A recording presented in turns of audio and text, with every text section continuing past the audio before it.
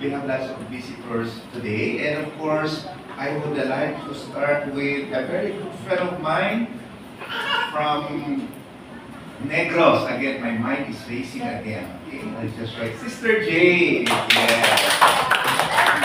Sister J, the last time that we saw each other was about more than 10 years ago, right? That was in Negros.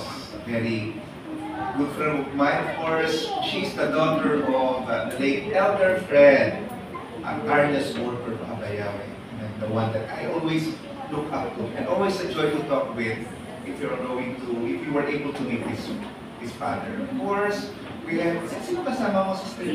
Albert Kingo. Brother also. Okay, so Brother Albert, again, just to make sure I write the name.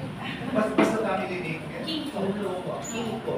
Okay, so you're also from Negros, also Negros. Okay, so of course, when you talk about Negros, we have, of course, with us, of course, not physically with us, si Brother Bob, si Deacon Bob Napalong, kasama po nila. Okay? They belong to the same group in Negros. Praise the Lord for this day. Okay, welcome, Brother Albert. Is this your first time to be here? Yes, first time. You're very much welcome. Okay, and of course, Sister Micah. I remember Sister Micah, they have a group called the High Five. And the High Five is really there were 5 girls, no? There were 5 girls who sang very well. Okay, hallelujah for joining us again today. I told you I can memorize other things, but not names. I have a bit quite difficulty in handling names. And of course, Brother Paul, right? I got you right. Brother Paul. That's why I'm worried if I'm not able to write down the names of those who attended the Sabbath.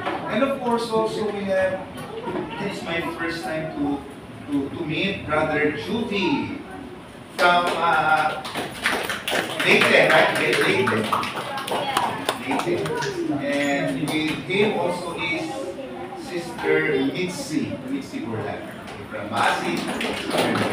And of course, si Sister Michelle, right? Sister Michelle. Kayo ba magkasama or magkasama? Are you related again? Asawa ni Brother Joe. Asawa ni, the wife of Brother Jupin. Okay, thank you. I'm happy to meet you, Sister Michelle. And of course, at the back, we have Sister Gwen. And her companion is Brother Nathan. Hey, Brother Nathan, welcome. Did I miss anybody? And of course, Brother June is here with us. Thank you for joining. Si Brother Jose is here with us. Also, thank you for joining. And of course, my dearest dad, my papa, si Brother Efren. Yeah. And he's still very much willing and very happy to be here sa join ko sa atin. And alam niyo po, kasi minsan kasi challenging yung magpapasok sa kanya.